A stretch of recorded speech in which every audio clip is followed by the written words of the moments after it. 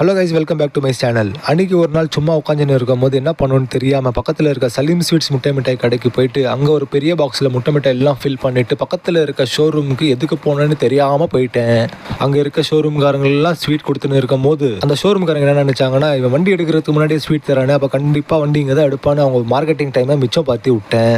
அதே நேரத்தில் என் கண்ணில் வந்து ரைடிங் ஜாக்கெட்ஸ்லாம் வேறு லெவலில் கிடச்சி, இந்த ரைடிங் ஜாக்கெட்ஸ்லாம் வந்து ஃப்ரீயாக தருவீங்களா நான் கேட்க, இல்லை காசு கொடுத்து தான் வாங்கணும்னு அவங்க சொல்ல, எனக்கு தெரிஞ்ச ஒரு மேஜிக் நான் பண்ணேன்.